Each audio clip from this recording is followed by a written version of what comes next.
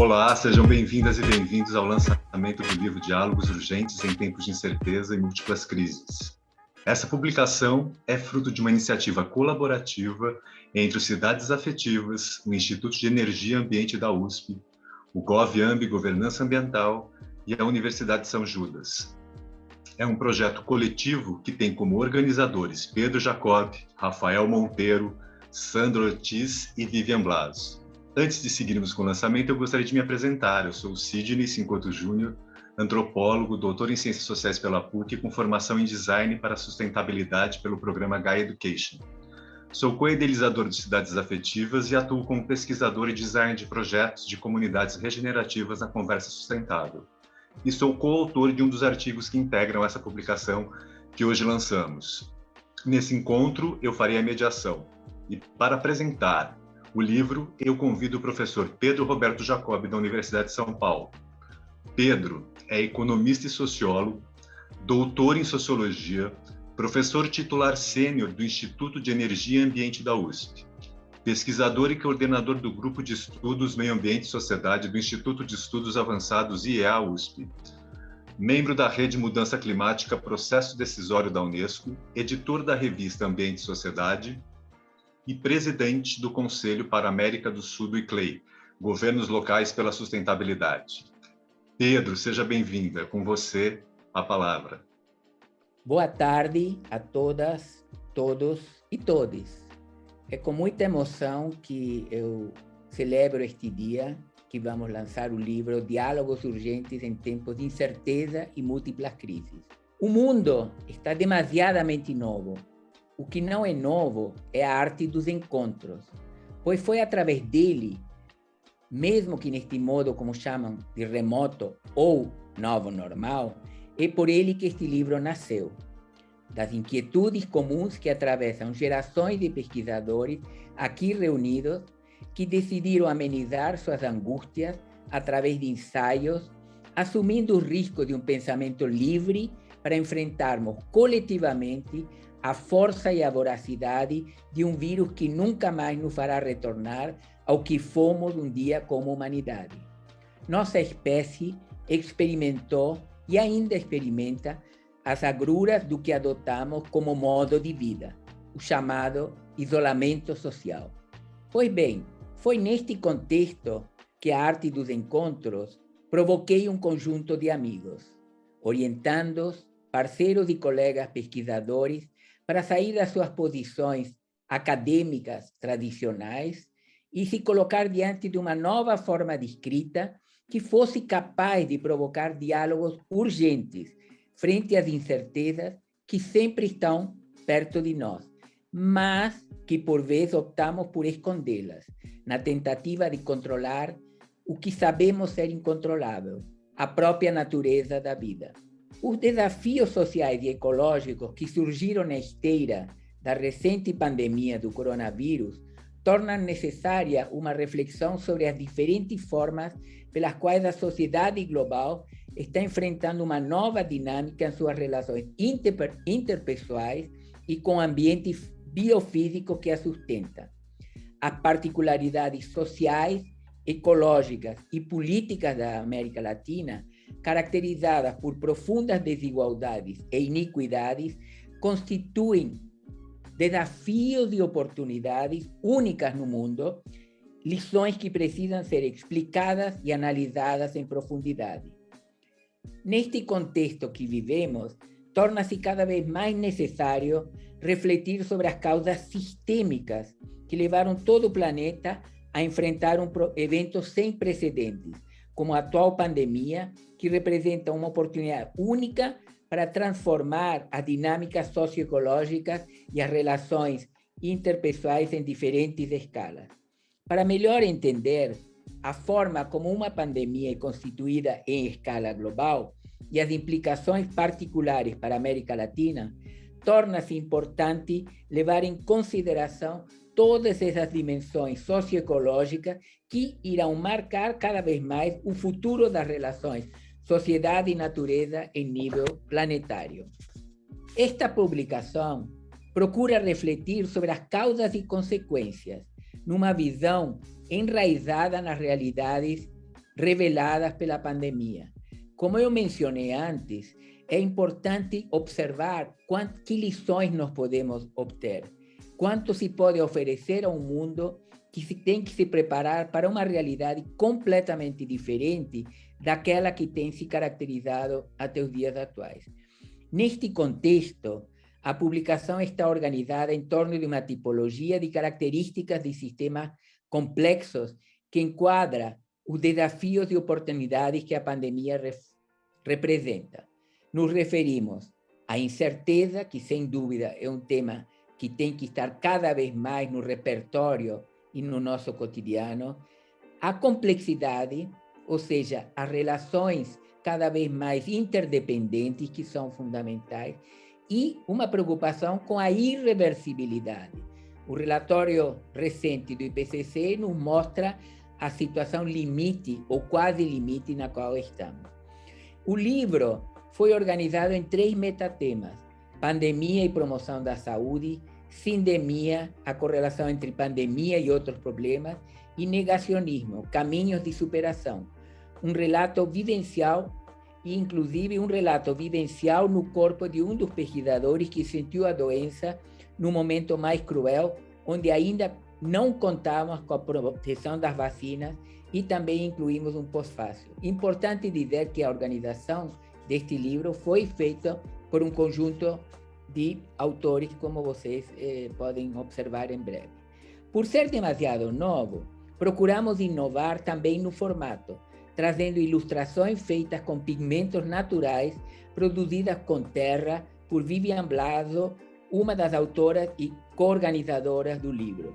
Pensadas em conjunto, uma collab, para usar o termo da moda, com o pesquisador e co-organizador Igor Chaves, a partir de cada texto reunido. Importante dizer que essa terra foi trazida das Minas Gerais. De maneira lúdica, as ilustrações têm o intuito de convidar os leitores para experimentar conosco essa nova aventura que se desvela a cada dia que avançamos nesta trajetória e que já estamos superando. Collab, parceria, afeto, seja lá como queiramos qualificar a forma como o livro foi concebido, o que nos motivou foram os diálogos, foram a forma como fortalecemos as percepções de cada um de nós e as percepções entre nós. O diálogo que mantemos entre nós e que agora também está aberto para polinizarmos como beija-flores as esperanças capazes de adentrarmos este admirável mundo novo que procuramos materializar na capa elaborada por Vivian Blaso e Igor Chaves, com a proposta de colocar a natureza no centro das nossas conversas de maneira definitiva. O surgimento desta nova pandemia implica uma oportunidade única para mudar comportamentos que foram considerados irreversíveis e transformar a sociedade através da construção da resiliência e da sustentabilidade. É importante destacar o quanto que o conjunto de temas nos sinalizam as dimensões do consumo local, da mobilidade nas cidades, das dinâmicas de trabalho e educação, a produção de alimento, um conjunto de mudanças que, obviamente, estão colocando uns desafios de promovermos uma sociedade em transição, com formas cada vez mais sustentáveis e ecológicas. Vislumbrando um novo caminho a percorrer e a necessidade urgente da religação entre arte, ciência, natureza e cultura no enfrentamento coletivo das múltiplas crises que atravessamos, é que nós desejamos a todos, todas e todos uma ótima leitura. E, mais uma vez, reforço que estamos vivendo momentos que exigem que nós tenhamos cada vez mais clareza da importância da ciência, da importância da democracia e da importância das mudanças de hábitos na nossa sociedade. Grato, Pedro. Depois dessa apresentação do livro, eu convido agora para apresentar o projeto gráfico e artístico do livro a Vivian Blaso e o Igor Matheus Santana Chaves. Igor é arquiteto urbanista, arte educador e designer gráfico. Mestre em planejamento e gestão do território, trabalha com temas relacionados às dinâmicas territoriais, patrimônio cultural, teoria do planejamento e arte-educação. Vivian Blaso é doutora em Ciências Sociais pela PUC São Paulo, com pós-doutorado no programa Cidades Globais no IEA USP. Professora na FAAP, dedica seus estudos das diversidades culturais e pensamento complexo, das relações entre advocacy, ativismo e ações dos coletivos nas cidades, das tendências em consumo responsável e sustentabilidade. Autora do livro Cidades em Tempos Sombrios, Barbárie ou Civilização, Vivian é sócia na empresa Conversa Sustentável, é artista e co-idealizadora de Cidades Afetivas. Vivian e Igor, sejam bem-vindos, né? A palavra agora com vocês. Obrigada, é uma honra estar aqui com vocês. Foi um projeto realmente muito desafiador, nesse momento que a gente ainda está, né, na pandemia de Covid-19. Acho importante, né, Igor, a gente conversar mesmo aqui, tecer esse diálogo, porque quando o Pedro fez o convite e falou, faz umas ilustrações, eu pensava numa ilustração e ia falando assim, mas como é que eu vou fazer uma ilustração se eu não estou lendo os artigos, o que os autores estão fazendo? E eu tive a grata surpresa de estabelecer uma parceria muito bacana com o Igor, que quando eu fui mostrando para ele, né, contando para ele toda a minha trajetória na arte, ele veio com todo um background já também. É importante dizer que ele também faz a formação aí de professor, né, de artes. Então, com toda a expertise dele na diagramação do livro, a gente foi tecendo uma nova proposta de projeto gráfico, de projeto editorial. Então, tudo que eu tinha imaginado, como se a gente tivesse começado do zero, a partir dessa coisa da história, da pigmentação natural, que eu venho desenvolvendo ao longo da minha trajetória como artista. E aí o Igor falou, mas isso faz todo sentido, né? Tem tudo a ver com a proposta e com esse projeto, né, Igor? Exatamente. A Vivian a gente teve um primeiro diálogo depois da conversa com o Pedro, e ela foi me mostrando para vários lugares que a arte dela já tinha chegado, né? E daí, quando ela me mostrou esse trabalho feito com os próprios pigmentos da terra, né? De onde ela vai no lugar, e ela vai conseguindo encontrar novos tons a partir da terra, né? Do solo daquele lugar, eu falei, isso é incrível, né? Eu acho que é isso que a gente quer que tenha dentro desse livro, né? E além disso, foi muito interessante essa conversa, né, esse diálogo com a Vivian, que foi um processo muito de construção do que a gente queria que o texto passasse, né? Então, a gente queria muito que o livro, né, não só como formato, ele tivesse uma espécie de acessibilidade, né, Vivian? Ele permitisse novos leitores se aproximar daquela leitura, né? Então, a Vivian, quando ela faz esses desenhos que abrem cada capítulo, né, ela faz uma tradução de uma ideia, né? E eu acho que vem muito a partir disso, como o professor Pedro falou mesmo, o que está esse beija-flor, né? Quem é ele dentro deste livro, né? Ele eu acho que as ideias dentro desse conteúdo, eles precisam ser polemizadas, né? Elas precisam ser compartilhadas, né? Então, esse beija-flor que vem um pouco de como eu trabalho com colagem, né? As próprias artes da Vivian, né? Traz o solo, né? A própria característica da terra e vai trazendo as imagens, elas se fundem fazendo essa própria abertura, né? Então, acho que a gente foi muito exitoso, né, Vivian, quando a gente foi casando essas ideias e mostrando como a gente queria passar, né? E eu acho que só um detalhe que é interessante, que os próprios tons das terras, né, eles vão definir toda a paleta do livro inteiro, né? Então, nenhum tom está ali por acaso, né? São tons que a própria terra combina entre ela, né? Do próprio minério vai trazendo para a gente. E aí, só complementando isso que o Igor comentou, é interessante também falar que a ideia que a Terra está em movimento e que nós somos natureza. Então, a ideia era sempre a questão da capa, né? Fica sempre uma coisa difícil de se resolver ao término de um projeto desse como esse livro. Porque quando a gente faz a ilustração, a gente cria uma intimidade com o autor. Então, a arte é isso, ela é a expressão dessa intimidade, é aquilo que o autor conseguiu captar, né, daquilo que o ensaísta, né, se a gente puder colocar assim, naquele momento, ele quis transmitir para o leitor. Então, é uma arte do sensível, sem dúvida nenhuma. E quando a gente traz o beija-flor e a árvore com essa coisa híbrida do digital com o analógico, né? O beija-flor com a arte que foi produzida, inclusive lá em Felício dos Santos, em Minas Gerais, dá essa sensação de que a gente está próximo e que nós somos natureza. Acho que a grande ideia, que traz também a ideia central do livro, esse diálogo, é tirar o homem dessa centralidade e nos reintegrar dentro dessa perspectiva biocêntrica. Então, eu também foi muito, muito importante e muito prazeroso fazer esse trabalho, porque a gente conseguiu expressar, de fato, tudo aquilo que estava tocando naquele momento e tudo aquilo que a sociedade precisa, na verdade, que são esses novos ares, esses novos modelos, essas novas formas de colocar em diálogo essas ideias tão necessárias para esse mundo que a gente está vivendo hoje. Bom, acho que é isso, Igor. Você quer complementar mais alguma coisa? Eu acho que essa é a mensagem, né? Eu acho que a fusão das ideias, como a gente se envolveu, né? A linguagem, a preocupação com o leitor, não só com o texto escrito, mas também a preocupação de como o leitor ia receber tudo aquilo, né?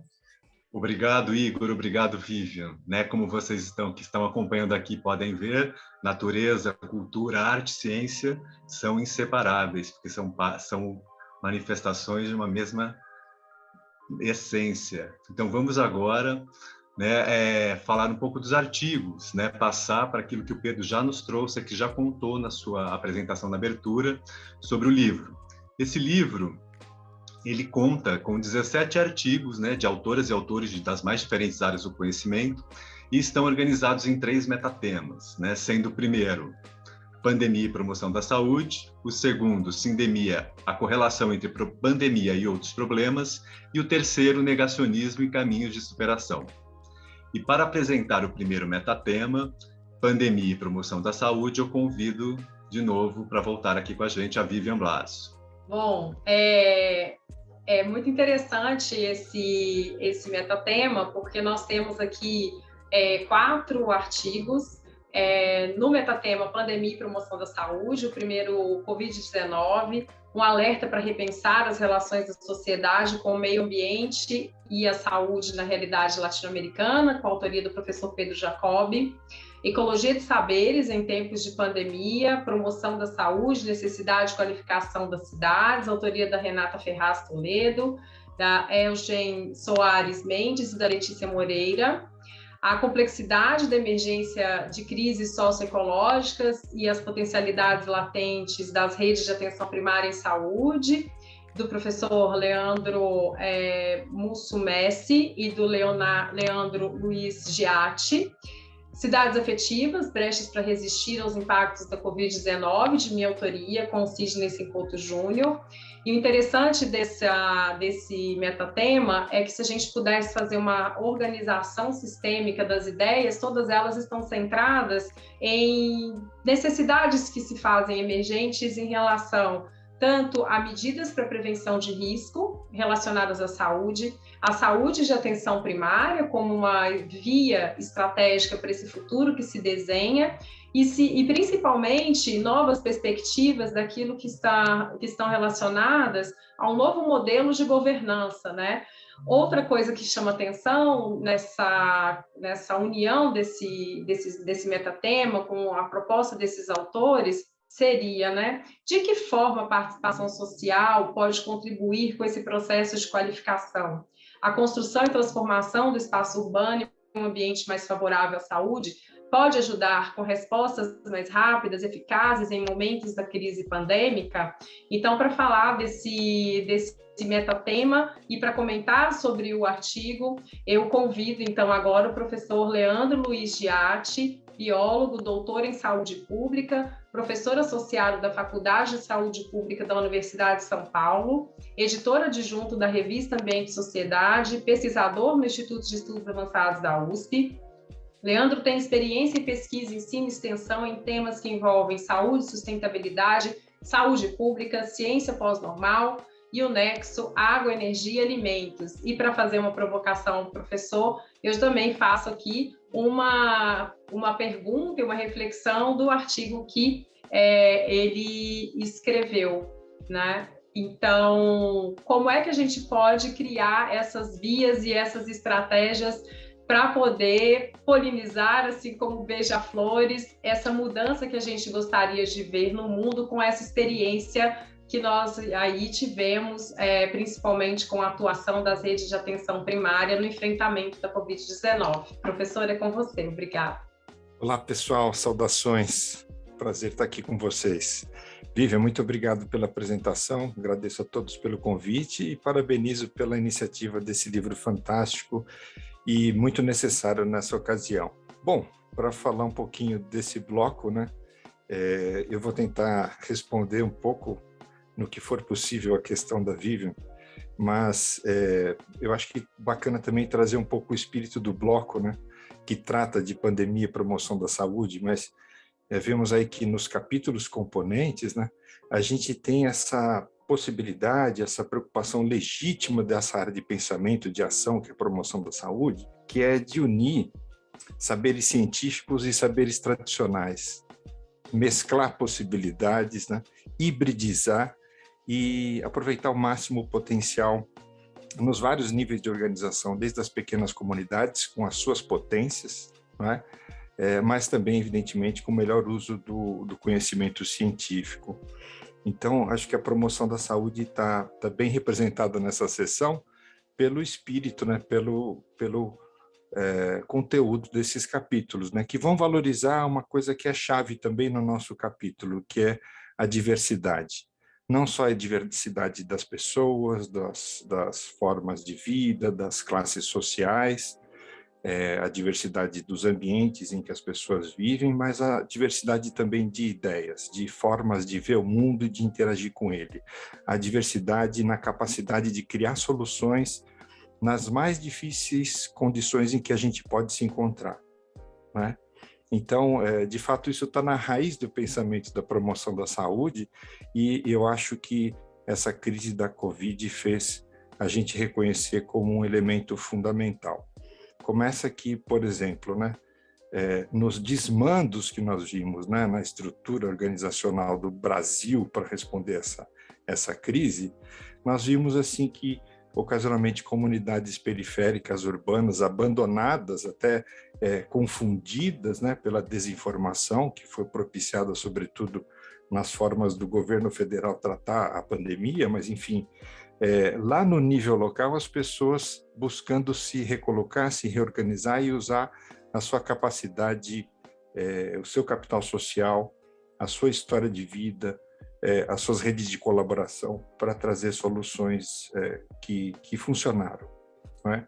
E aí, voltando um pouquinho, além dessas questões, para o nosso capítulo, né, como a Vivian falou, o nosso tema, o título é a complexidade da emergência de crises socioecológicas e as potencialidades latentes das redes de atenção primária em saúde, né? O primeiro autor é o Leonardo Mussumetti, eu sou coautor dele, mas, enfim, uma das coisas que a gente mais valorizou nesse capítulo foi a legítima relação desse problema da pandemia com questões socioecológicas, os desencontros, alguns desencontros que a gente encontrou na situação e no contexto brasileiro, mas, por outro lado, uma grande potencialidade de algo que, em si, já é uma inovação no sistema de saúde brasileiro, que é o Programa de Agentes Comunitários de Saúde, o PACS, né? Então, é um programa fantástico, foi criado no Brasil, poucos sabem, né, mas é uma inovação brasileira que foi aberta e já é reproduzida em outros lugares do mundo, é um exemplo bem sucedido, e que traz no X da questão o envolvimento de pessoas da comunidade, do território, conhecedoras, pessoas que ali vivem para se engajar e trabalhar e tratar da saúde dos seus pares, não é? Então, nesse capítulo, a gente valoriza essa potência latente enquanto essa oportunidade de trazer de forma legítima os contextos locais, as potências, os saberes, as práticas sociais, né, tudo aquilo que é criação local. Para nós, né, a gente vê que é importante estimular que as nossas políticas aprendam com os contextos locais, elas sejam permeáveis às ideias lá da ponta.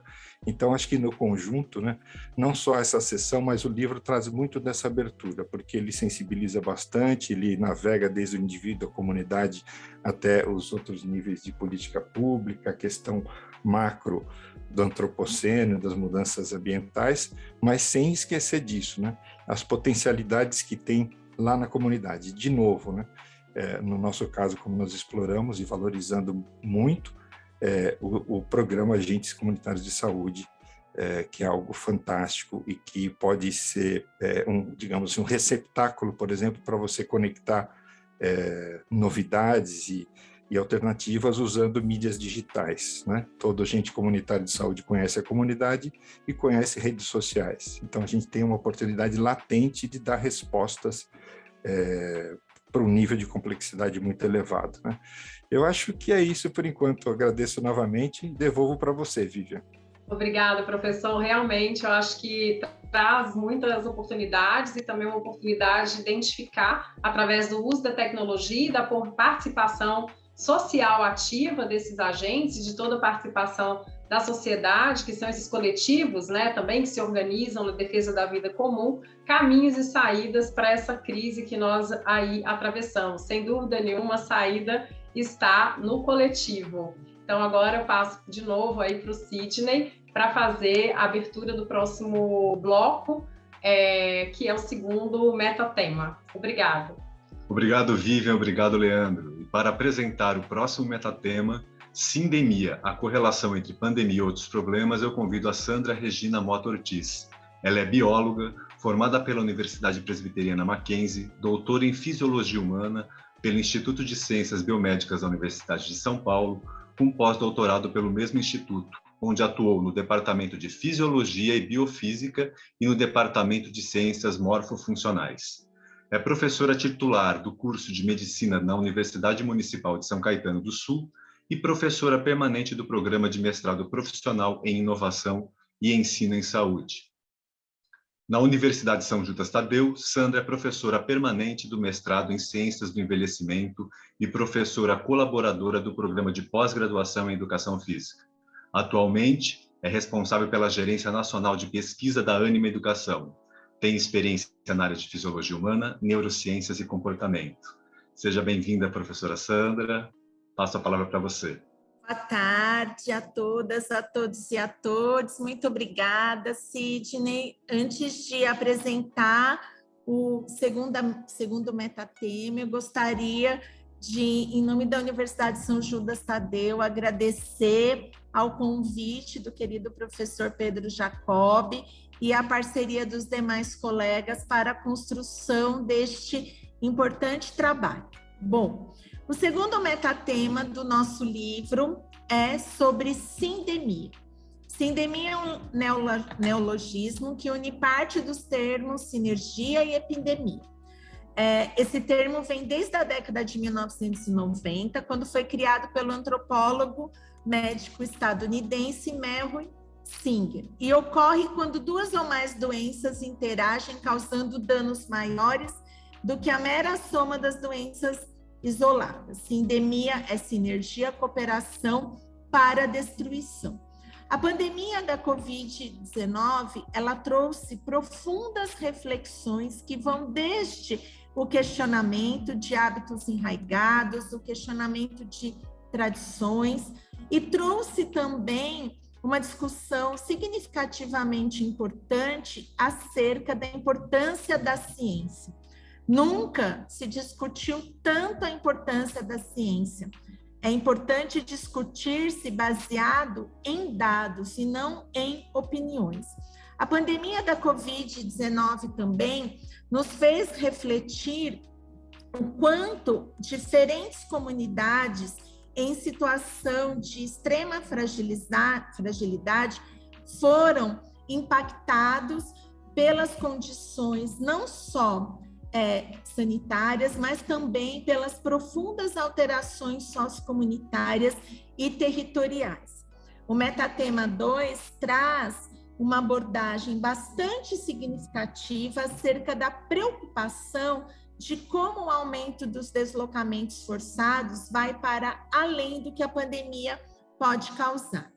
Bom, para discutir, para falar um pouquinho desse segundo metatema, eu vou chamar a Dayana Mello. Ela é graduada em Comunicação Social, Jornalismo pela UFPB e em Ciências Sociais pela USP. Ela é mestre em Comunicação e Culturas Midiáticas pela UFPB, com estágio PROCAD de Mobilidade Acadêmica na ECO UFRJ. Ela é doutora em Sociologia pela Université Sorbonne, em Paris. Ela é pesquisadora do Instituto de Estudos Avançados da USP e professora da Escola de Comunicações e Artes da USP, na qual também realizou seu pós-doutorado. Por favor, Dayana, sinta-se à vontade para contribuir com a discussão acerca do metatema 2. Obrigada, professora Sandra, pela apresentação. Eu queria também, antes de começar a minha fala, agradecer e parabenizar ao professor Pedro e também a todos os organizadores do livro e aos colaboradores, as pessoas que escreveram seus artigos, por esse trabalho que a gente percebe que foi feito com muito cuidado, muito rigor científico, mas ao mesmo tempo com muito afeto. E é muito interessante nesses momentos, sobretudo em um momento tão difícil, né, para tanta gente, tão difícil para todos nós, continuar construindo essas redes de afeto. E esse tópico do livro, né, ele fala justamente dessas complexidades. A gente fala de afeto e a gente fala também de complexidade. Ele aborda justamente essas complexidades que são inerentes à pandemia, né, mostrando que o problema ele vai muito além de uma crise sanitária global. Ele vai muito além da doença, mas ele está em correlação com outros problemas. Isso é muito interessante que, né, em todos os artigos, ensaios, vocês vão perceber isso, que as questões trazidas, elas vão de temáticas mais pontuais, que dizem respeito à cidade, à relação com a cidade, a relação com os modos de vida, mas também temáticas amplas, abordando a própria questão do antropoceno, né? Essa, como diz a filósofa belga Isabelle Stengers, essa intrusão de Gaia, essa iminência de um colapso ambiental global que faz com que todas as crises, inclusive a própria crise sanitária, pareça pequena. Então, os artigos eles vão muito nesse sentido de trabalhar. É um livro escrito com afeto e, ao mesmo tempo, tratando de temáticas extremamente urgentes e duras, podemos dizer assim, né? E no meu artigo, especificamente, intitulado Tecnologias da Informação e Comunicação e a Pandemia de Covid-19, eu abordo essa relação, né? Uma relação entre... uma relação que eu vejo como característica desse momento, no qual as tecnologias da informação e comunicação, ou seja, as tecnologias digitais em rede, que eu vejo nesse meu texto, né, não apenas como instrumentos, dentro de toda uma abordagem, né, fundamentada em toda uma abordagem da sociologia e da filosofia da tecnologia, que vê essas tecnologias não como simples instrumentos, mas também como ambientes que vão, de certa forma, direcionar todas as nossas práticas, o nosso modo de ser e habitar o mundo. E o papel dessas tecnologias em face da pandemia de Covid-19 é um papel paradoxo, né? Porque o que nós podemos observar nesse momento? Que ao mesmo tempo em que essas tecnologias elas vão atuar como propulsoras de uma conectividade múltipla, e eu cito isso no artigo, né, por meio dos serviços de e-mail, que inclusive eram serviços anteriores ao próprio contexto do chamado home office, né? Os sistemas e aplicativos de mensagens instantâneas, os serviços de armazenamento e compartilhamento de arquivos em nuvem, os serviços de videoconferência, ou seja, todos esses dispositivos e arquiteturas que possibilitaram essa conexão, isso que eu chamo no artigo de conectividade múltipla, eles se opõem a um processo, a um fenômeno também de exclusão digital. Então, o que é que eu observo? Que essa realidade da conectividade múltipla, que nos coloca todos, né, que nos coloca todos em relação, ela é uma realidade que não é presente na vida de todos os dias de milhares de cidadãs e cidadãos do mundo inteiro, né, que em decorrência da falta, né, de conectividade ou da baixa qualidade de acesso à internet, eles se veem apartados desse processo conectivo. Então, a exclusão digital, ela aparece diante da pandemia de Covid-19 como um fenômeno que é correlato também ao fenômeno de exclusão social, né? Uma exclusão social que se mostrou ainda mais discriminatória durante esse período de pandemia, com crianças e jovens abandonando os estudos devido a fatores como o aumento nos níveis de pobreza. E aqui eu trago um dado, né, do IBGE, ele diz que no último trimestre de 2019, ou seja, às vésperas do fechamento das escolas e da suspensão do ensino presencial, 4,3 milhões de estudantes de 10 anos ou mais de idade não tinham acesso à internet, entre os quais 95% eram alunos da rede pública de ensino. Isso foi ainda mais potencializado com a pandemia de Covid-19, que a gente teve um crescimento exponencial do número de crianças e adolescentes, e até mesmo jovens, né, de universidades públicas e particulares, que tiveram de abandonar os estudos por conta do não acesso à internet, né, do não acesso a isso que deveria ser constituído como um direito. O direito à conexão, porque a internet, né, quando a gente pensa na internet, quando a gente pensa na conexão, a gente pode compreendê-la como ligada a outros fatores, né? A partir das medidas adotadas pelo Estado, né, para que eles atuem na criação e implementação de políticas públicas efetivas de regulação desses sistemas, a gente vai poder proporcionar para milhares de pessoas no mundo inteiro o direito à liberdade de expressão, né? O direito à participação realmente democrática nas decisões públicas e políticas. É claro que a internet ela não é esse mar de maravilhas, e tem outras questões que também são questões urgentes, ligadas ao acesso, ligadas à conexão, e que são caracterizadas por esse fenômeno que a gente pode traduzir com base em ideias-chave, algumas ideias-chave como a ideia da dataficação, da plataformização, da performatividade algorítmica, a questão dos dados. Mas é importante que, antes de pensar nisso, né, de dar esse segundo passo, os estados eles atuem para que todas as pessoas tenham direito a essa conexão,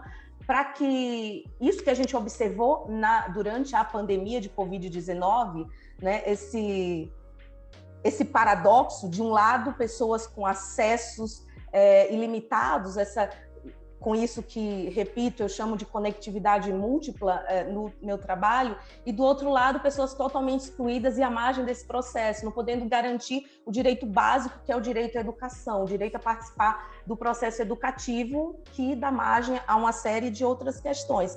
Então, é isso, mas vocês vão observar nesse bloco do livro, nesse módulo do livro, uma série de outras temáticas que são temáticas também muito urgentes, né? Aqui eu posso citar algumas, a questão do consumo de proteína de origem animal, da mobilidade humana, dos impactos da pandemia de Covid-19 também na gestão de resíduos sólidos, né? A questão da transição energética e as cidades, a segurança hídrica, a questão do próprio corpo, né? De pensar esses corpos e as mediações que se dão também com base na arte, na tecnologia. Então, aqui eu já percebo que o meu trabalho, essa concepção de tecnologia também dialoga com outros estudos, como eu falei, de pensar essas tecnologias como ambientes e não apenas instrumentos. Então, é isso. Mais uma vez, parabenizo aos organizadores, parabenizo a todas as pessoas que colaboraram com esse livro. É um livro muito bonito, né, do ponto de vista estético, e também um livro muito necessário, uma obra muito necessária por apresentar leituras e visões de mundo tão complexas e que, ao mesmo tempo, entram em correlação e nos dão margem para entender essa atualidade tão paradoxa. Então é isso, obrigada. Daiana, obrigada pela sua fala bastante profunda.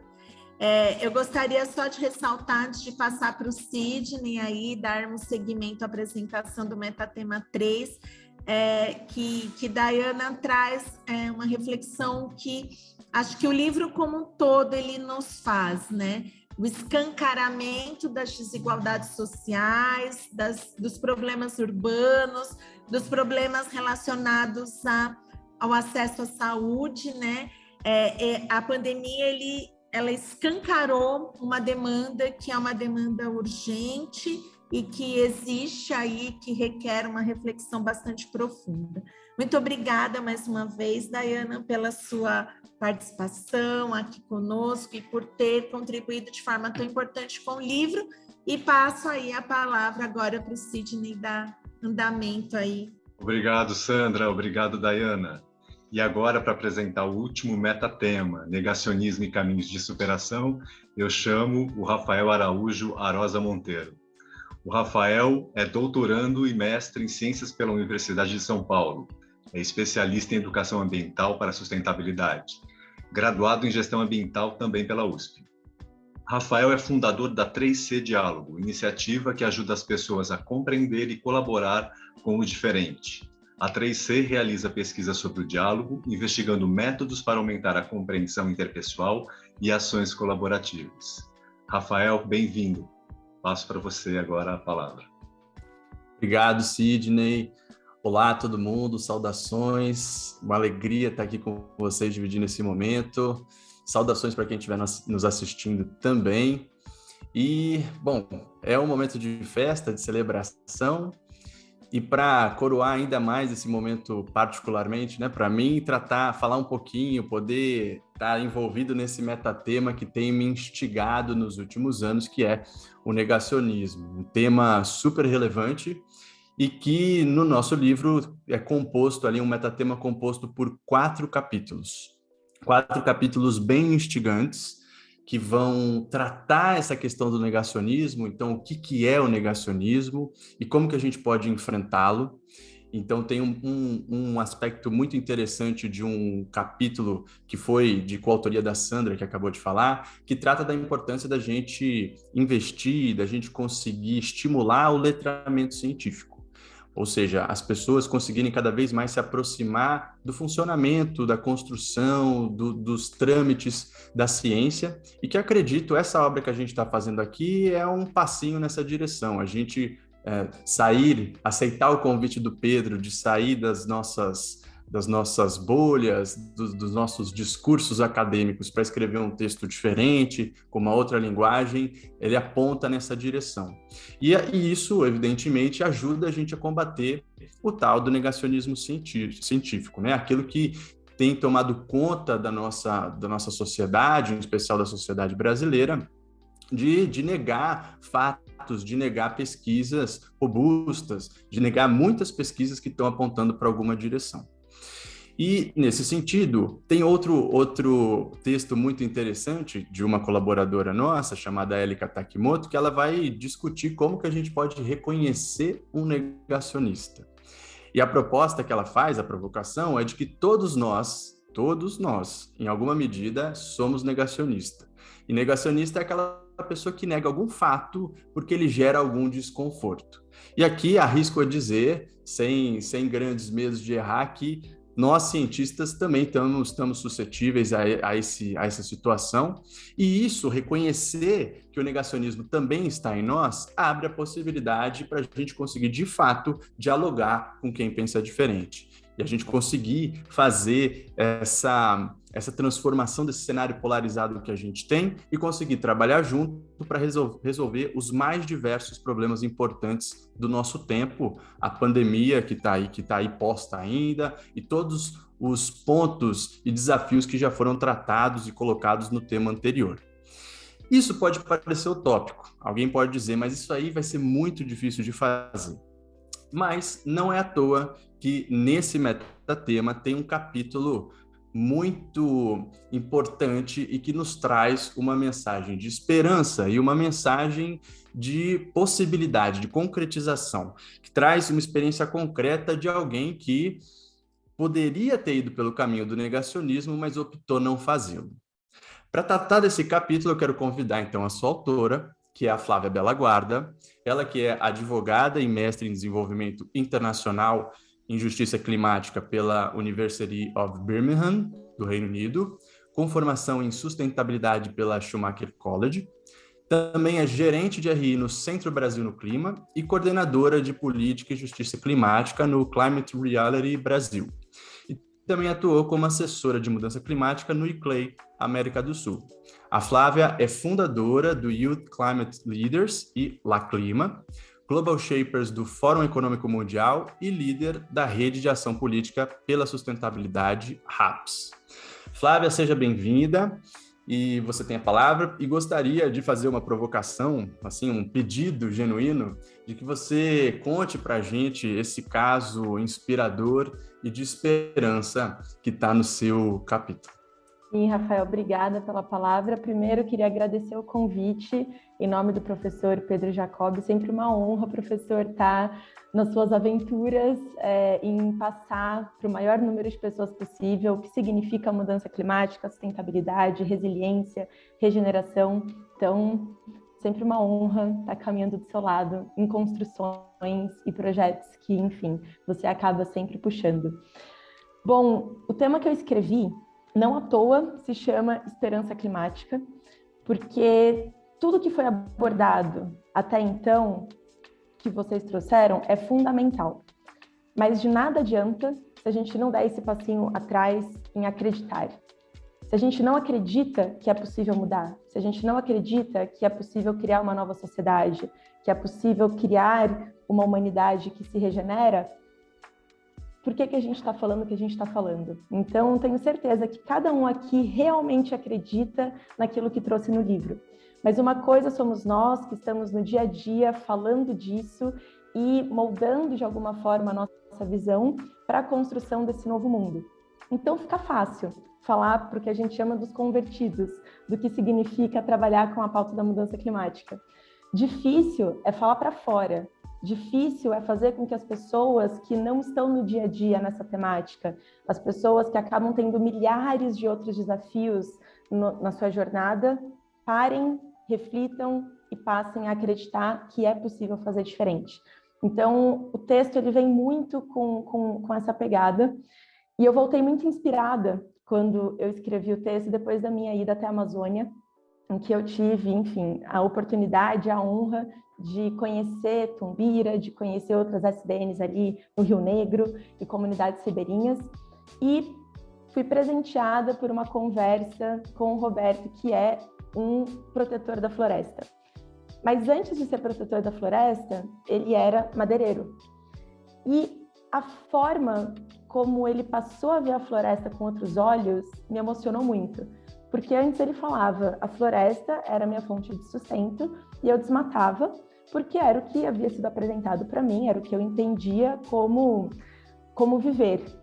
Até que eu fui recepcionado com diferentes oportunidades, e essas oportunidades me fizeram refletir e entender que a floresta, ela podia ser outra coisa. Então, a mesma pessoa que a vida inteira entrou na mesma floresta, hoje enxerga ela com outros olhos e protege, e se emociona, e se conecta com a natureza de uma forma totalmente diferente.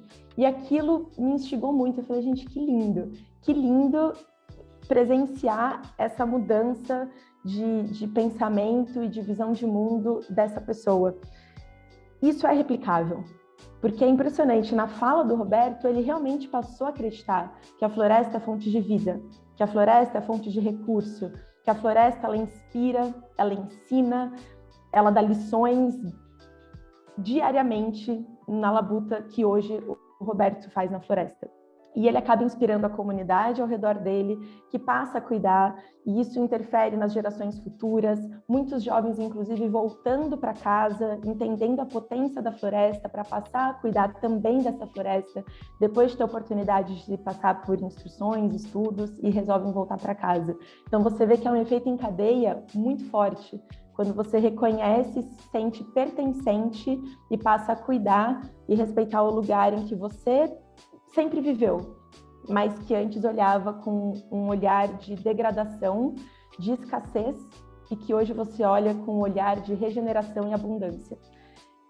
E se a gente consegue ter uma prova viva de uma pessoa que lá em Tumbira teve essa mudança, por que não a gente não pode ter isso no centro urbano, nas comunidades, nos quilombolas, nos indígenas, nas negociações a nível municipal, estadual, federal, internacional? Essa mudança de pensamento, ela é possível. E o texto, ele caminha muito nesse caminhar. Como que a gente desenvolve essa sociedade regenerativa? Mas é importante enfatizar que quando a gente fala que é importante acreditar, isso não significa romantizar o problema. Muito pelo contrário. É entender e reconhecer e aceitar a complexidade do problema que a gente está enfrentando, que a mudança climática, ela intensifica as desigualdades sociais, a mudança climática, ela desafia a nossa humanidade, a nossa capacidade de adaptação, de criação, de inovação, de tecnologia, ela nos desafia a mudar. E isso é muito lindo, porque abre uma possibilidade infinita de opções do novo, do que está emergindo, dessa sociedade que quer se regenerar a qualquer custo. E nisso é o nosso dia a dia, é a nossa sobrevivência e a nossa vivência como seres humanos na Terra. Então, não é romantizar, mas é esperançar. E eu gosto muito de trazer um trecho do Paulo Freire que ele fala que o esperançar é se levantar, é ir atrás, é construir, é não desistir. Então, é uma esperança propositiva para a ação, é uma esperança propositiva para a mudança. E quanto mais pessoas comecem a acreditar que essa mudança é possível, automaticamente elas começam a agir.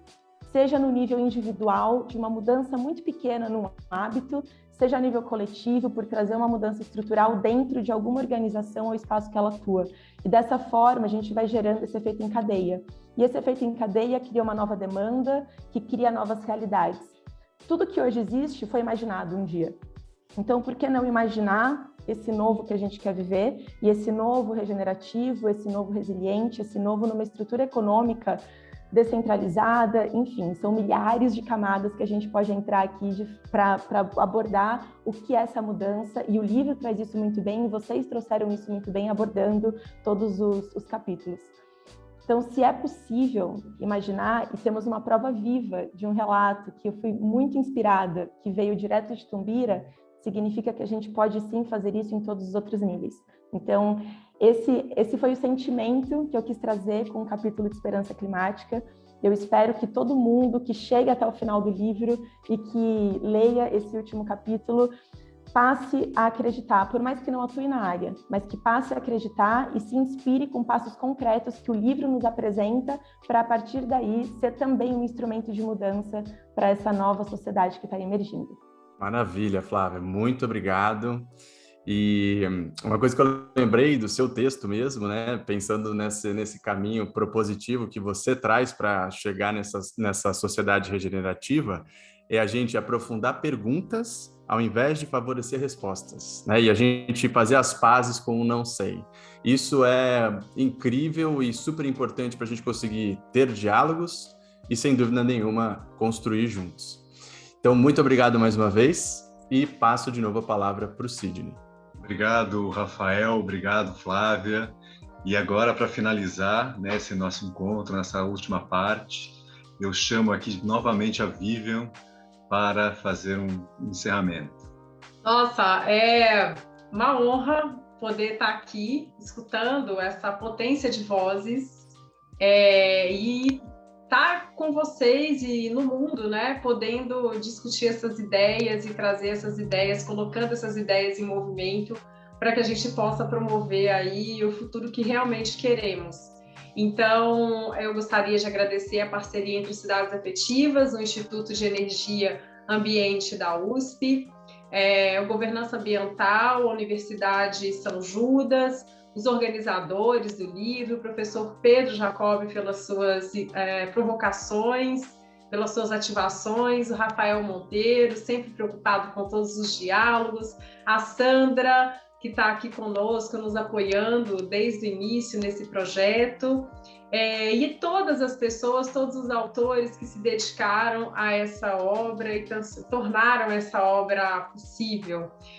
os autores e as autoras que contribuíram, colaboraram, que nos inspiraram na todo esse projeto gráfico desenvolvido pelo Igor, né, nas ilustrações, que eu tive essa honra de participar, e a Giovana Andrade pela revisão dos textos originais, a Maria Penha da Silva que cuidou do registro do ISBN, da ficha catalográfica, para que pudéssemos lançar essa publicação.